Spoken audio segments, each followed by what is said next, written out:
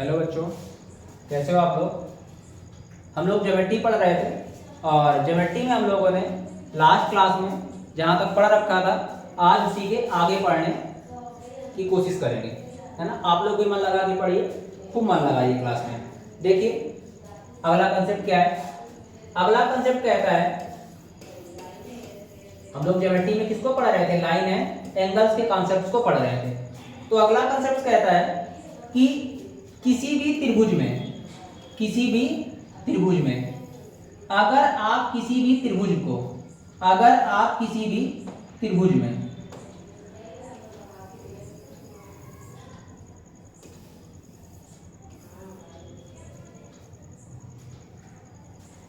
Hello बच्चों, कैसे हो आप लोग। हम लोग ज्योमेट्री पढ़ रहे थे और ज्योमेट्री में हम लोग लाइन एंड एंगल्स के कॉन्सेप्ट्स को पढ़ रहे थे। हम लोगों ने प्रीवियस क्लास को जहां से छोड़ा था आज उसी के आगे से स्टार्ट करेंगे। तो देखिए अगला कॉन्सेप्ट क्या था हमारा। अगला कॉन्सेप्ट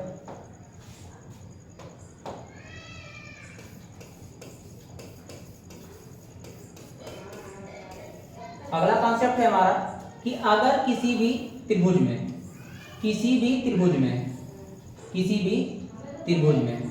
अगर उस त्रिभुज के एक आंतरिक कोण और बाकी दोनों बचे बाह्य कोण, जैसे एक त्रिभुज है हमारे पास ए बी सी और इस त्रिभुज का आंतरिक कोण क्या है, कोण ए। इस त्रिभुज का आंतरिक कोण क्या है, कोण ए। और हमने इस त्रिभुज के बाह्य कोण का नाम दे दिया कोण बी और इस त्रिभुज के बाह्य कोण का नाम हमने दे दिया कोण सी। क्या नाम दे दिया, कोण सी। तो कंसेप्ट आपसे पूछ रहा है कि यदि किसी भी त्रिभुज में उस त्रिभुज के एक आंतरिक कोण और बाकी बचे दो बाह्य कोण खींचे जाएं तो उस त्रिभुज के दोनों बाह्य कोणों का योग कितना होगा।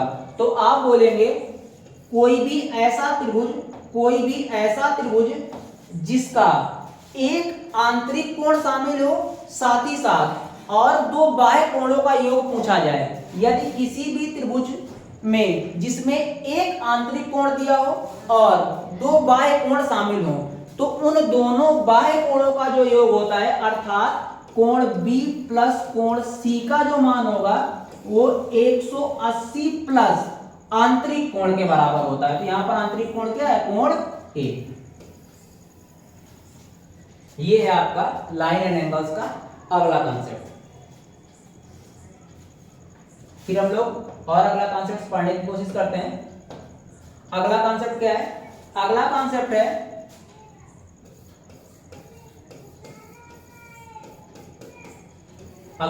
है कि किसी भी क्वाड्रिलेटर में अगर उस क्वाड्रिलेटर के 3 आंतरिक कोण और एक बाह्य कोण को शामिल किया जाए। अगर किसी भी क्वाड्रिलेटर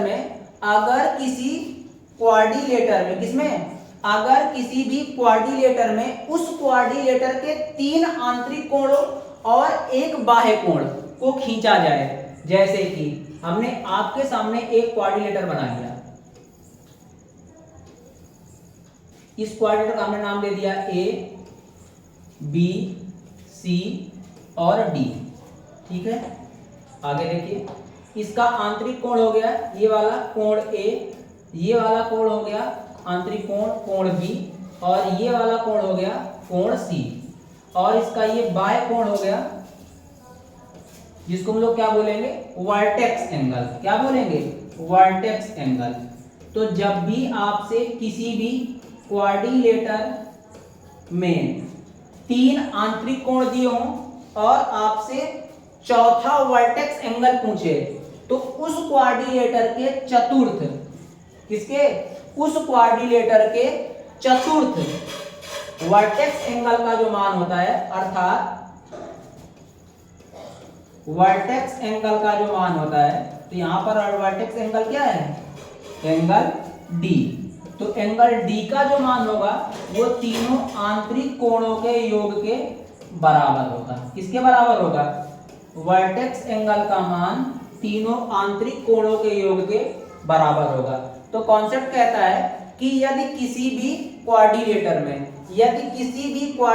में उस क्वाड्रिलेटर के तीनों आंतरिक कोणों का योग, उस क्वाड्रिलेटर के चतुर्थ वर्टेक्स एंगल के बराबर होता है। अगला कंसेप्ट देखते हैं।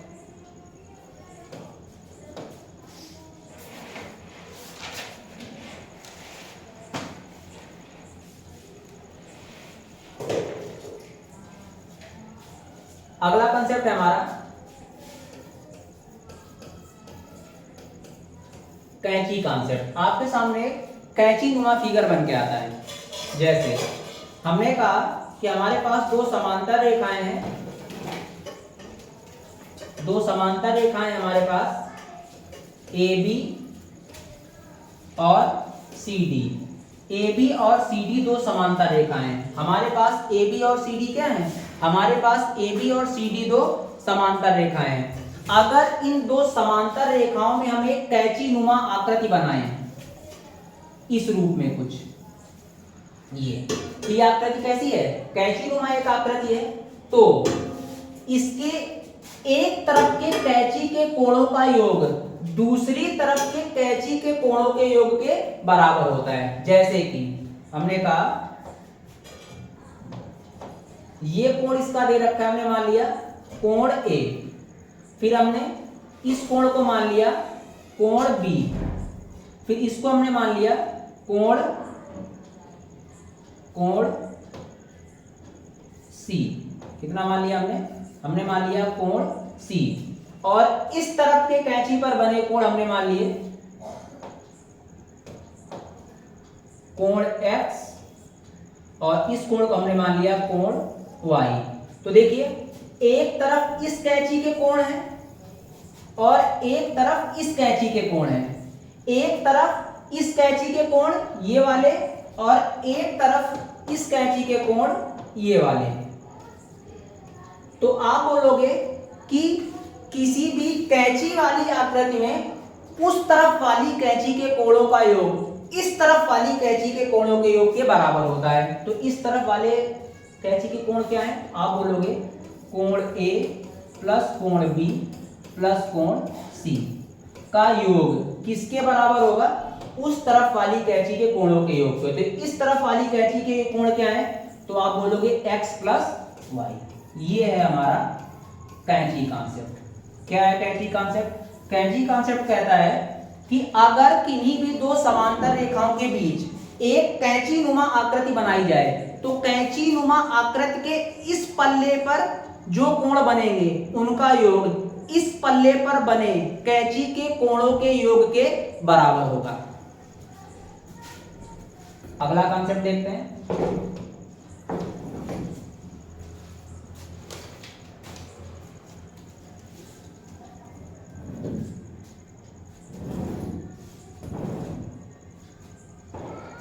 अगला कॉन्सेप्ट कहता है कि किन्हीं भी समांतर रेखाओं को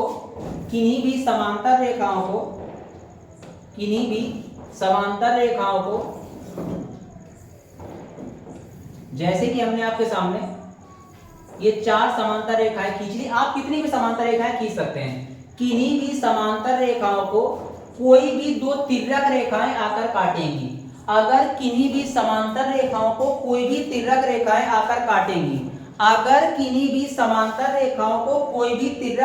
आकर काटेंगी, तो उन तिर्यक रेखाओं द्वारा काटे गए रेखाखंडों के अनुपात आपस में बराबर होंगे। जैसे हमने कहा यहां पर कहां पे काट रही है इसको, तो आप बोलोगे इस कटान बिंदु को हमने कह दिया A, इस कटान बिंदु को हमने नाम दे दिया B, इस कटान बिंदु का नाम C, D, E, F, G, H। और उनके कटान बिंदु के रेखाखंडों के, जैसे इस रेखाखंड की दूरी हमने मान ली X, यहां से लेके यहां तक वाले रेखाखंड की दूरी मान ली Y। यहां से लेके यहां तक वाले रेखाखंड की दूरी मान ली हमने z। ठीक है, उसी तरीके से हमने यहां से लेके यहां तक वाले रेखाखंड की दूरी को मान लिया p। यहां से लेके यहां तक वाले रेखाखंड की दूरी को हमने मान लिया q। यहां से लेके यहां तक वाले रेखाखंड की लंबाई हमने मान लिया r मान लिया। तो x, y और z क्या है? इस तिर्यक रेखा द्वारा काटे गए रेखाखंड है, और p, q, r इस तिर्यक रेखा द्वारा काटे गए रेखाखंड है। तो क्या कहता है कॉन्सेप्ट कहता है कि अगर किन्हीं भी समांतर रेखाओं को कोई भी दो तिर्यक रेखाएं या तीन तिर्यक रेखाएं, कितनी भी तिर्यक रेखाएं काटेंगी, तो उन रेखाओं के रेखाखंड के अनुपात आपस में बराबर होंगे। क्या होंगे? उनके द्वारा काटे गए रेखाखंडों के अनुपात आपस में बराबर होंगे। मतलब x ratio y ratio z बराबर होगा किसके? इनके द्वारा काटे गए रेखाखंड। तो इस बिंदु द्वारा काटे गए रेखाखंड क्या है? मतलब इस तिर्यक रेखा द्वारा काटे गए रेखाखंड क्या है? p ratio q ratio r, जो कि दोनों आपस में क्या होंगे? बराबर होंगे। अगला कॉन्सेप्ट हमारा ये था। और अगला कॉन्सेप्ट देखते हैं। यहां पर हम लोगों ने रेखाखंड की लंबाई निकालना तो देख लिया। अगला कॉन्सेप्ट है रेखाखंड की लंबाई ना निकाल के समांतर रेखा की लंबाई निकालना। ठीक है, देखते हैं कैसे। कॉन्सेप्ट कहता है कि अगर किन्हीं भी समांतर रेखाओं को कोई भी तिर्यक रेखा आकर काटेगी, अगर किन्हीं भी समांतर रेखाओं को कोई भी तिर्यक रेखा आकर काटेगी, हमने मान लिया इस समांतर रेखा की यहां से लेके यहां तक की दूरी a है, और इस बिंदु की मतलब इस समांतर रेखा की यहां से लेके यहां तक की जो दूरी है वो थोड़ी देर के लिए मान लिया हमने b है, और इनके जो कटान बिंदु हैं हमने मान लिया इसको a, इसको नाम दे दिया हमने b, इसको नाम दे दिया c, इसको नाम दे दिया d नाम दे दिया इसको हमने, इसको नाम दे दिया हमने e, इसको नाम दे दिया हमने f। और उनके द्वारा काटे गए रेखाखंडों की लंबाई, मतलब यहां से लेके यहां तक की लंबाई को हमने m मान लिया, और यहां से लेके यहां तक की रेखाखंड की लंबाई को हमने n मान लिया। ठीक है, तो कॉन्सेप्ट कहता है कि पहले रेखाखंड की लंबाई और अंतिम समांतर रेखा की लंबाई का गुणनफल, मतलब m into b plus n into a को अगर हम उन रेखाखंडों के अनुपातों के योग से भाग करें, अगर उन रेखाखंडों के अनुपातों के योग से डिवाइड करें, तो प्राप्त रिजल्ट किसका मान होगा? CD की लंबाई होगी। किसकी लंबाई होगी? CD समांतर रेखा की लंबाई होगी।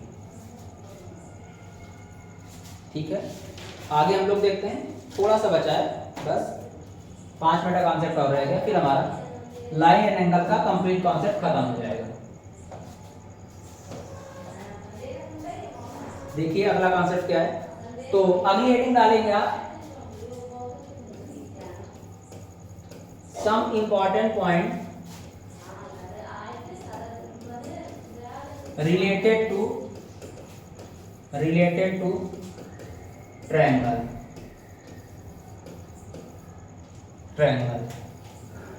त्रिभुज के कुछ महत्वपूर्ण बिंदु। तो हमको पता है कि हमारे पास जो त्रिभुज होते हैं कोणों के आधार पर वो कितने होते हैं? 3। पहला एक्यूट एंगल ट्रायंगल, पहला क्या होता है हमारे पास? एक्यूट एंगल ट्रायंगल, न्यून कोण त्रिभुज। दूसरा हमारे पास क्या होता है?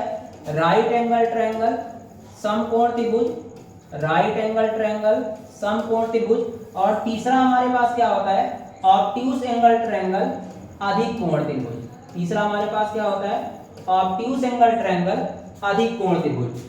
तो हम जानते हैं एक्यूट एंगल ट्रायंगल एक ऐसा ट्रायंगल होता है जिसके प्रत्येक कोण का मान 90 डिग्री से कम होता है। हम जानते हैं कि किसी भी एक्यूट एंगल ट्रायंगल के प्रत्येक कोण का मान 90 डिग्री से कम होता है। जैसे कि हमने आपके सामने ये एक एक्यूट एंगल ट्रायंगल बना दिया, हमने आपके सामने ये एक एक्यूट एंगल ट्रायंगल बना दिया, ठीक है। इस एक्यूट एंगल ट्रायंगल का नाम हमने बोल दिया ए बी सी। क्या नाम बोल दिया, ए बी सी। और आपको पता है इस एक्यूट एंगल ट्रायंगल में कोई ना कोई एक कोण ऐसा होगा जो दोनों कोणे से बड़ा होगा।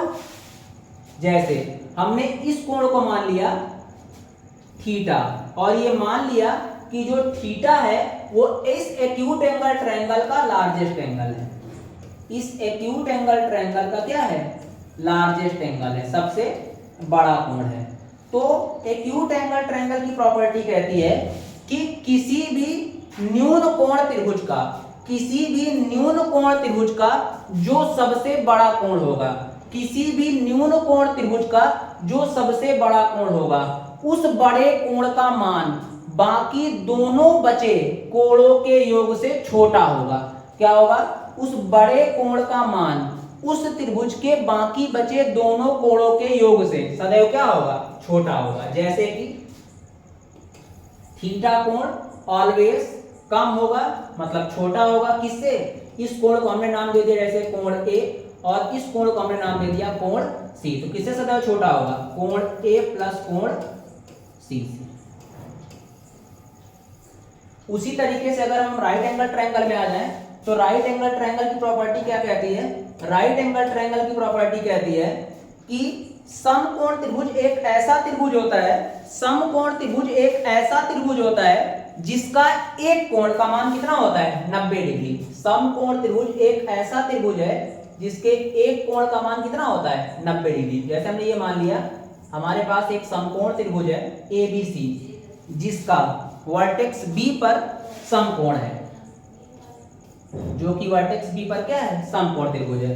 तो समकोण त्रिभुज की प्रॉपर्टी कहती है कि किसी भी समकोण त्रिभुज में सबसे बड़े कोण का मान, किसी भी समकोण त्रिभुज में सबसे बड़े कोण का मान उस त्रिभुज के बाकी दोनों बचे कोणों के योग के बराबर होगा। जैसे कि इसका सबसे बड़ा कोण क्या है, कोण B। कोण B का मान किसके बराबर होगा, इसको हमने नाम दे दिया कोण A और इसको नाम दे दिया हमने कोण C। तो कोण A प्लस कोण C के योग के बराबर होगा। राइट एंगल ट्रायंगल की प्रॉपर्टी क्या कहती है, राइट एंगल ट्रायंगल की प्रॉपर्टी कहती है कि समकोण त्रिभुज में 90 डिग्री बनाने वाले कोण का मान, 90 डिग्री बनाने वाले कोण का मान उस त्रिभुज के बाकी बचे दोनों कोणों के योग के बराबर होगा। अगली थ्योरम जानते हैं obtuse angle triangle. Obtuse angle triangle मतलब अधिक कोण त्रिभुज।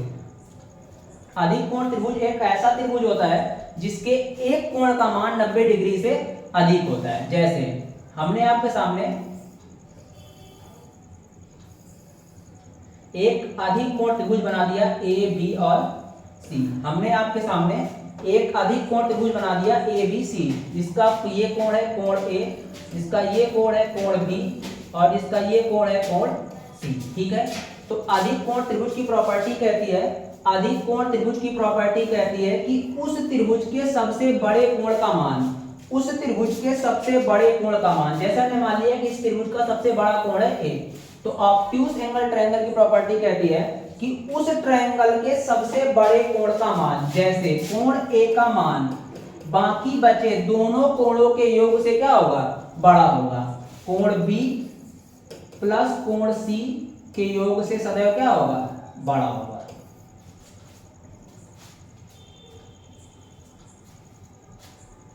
आखिरी कंसेप्ट देख लेते हैं।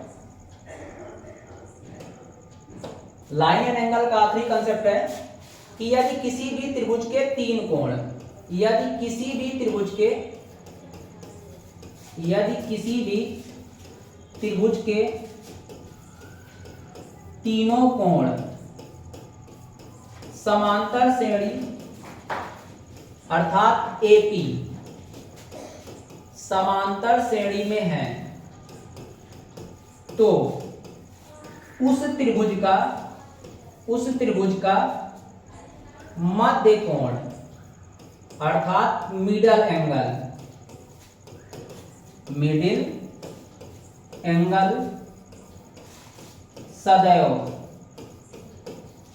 60 डिग्री का होगा। 60 डिग्री का होगा। ये आपका लाइन एंड एंगल का आखिरी कॉन्सेप्ट है। क्या है कि अगर किसी भी त्रिभुज के तीनों कोण समांतर श्रेणी मतलब क्या है, उन कोणों के बीच की गैपिंग क्या है, सेम है। तो कॉन्सेप्ट कहता है अगर किसी भी त्रिभुज के तीनों कोण समांतर श्रेणी में हैं, अगर किसी भी त्रिभुज के तीनों कोण समांतर श्रेणी में हैं, तो उस त्रिभुज का मिडिल एंगल ऑलवेज कितना होगा, 60 डिग्री होगा। कैसे समझते हैं, जैसे हमारे पास ये एक त्रिभुज है, हमने कहा इस कोण को हमने नाम दे दिया, इस वाले कोण को कोण A माइनस डी, इस वाले कोण को हमने कह दिया, इस वाले कोण को कोण A, और इस वाले कोण का नाम हमने दे दिया कोण A प्लस डी, और इस त्रिभुज का नाम हमने दे दिया त्रिभुज ABC। तो अगर इस त्रिभुज के तीनों कोण अर्थात A minus D, A plus D समांतर श्रेणी में है, तो इस त्रिभुज का मिडिल एंगल अर्थात कोण B का मान कितना होगा, 60 डिग्री होगा। देख लेते हैं जैसे, तो हमको पता है किसी भी त्रिभुज के तीनों कोणों का योग कितना होता है, 180 डिग्री।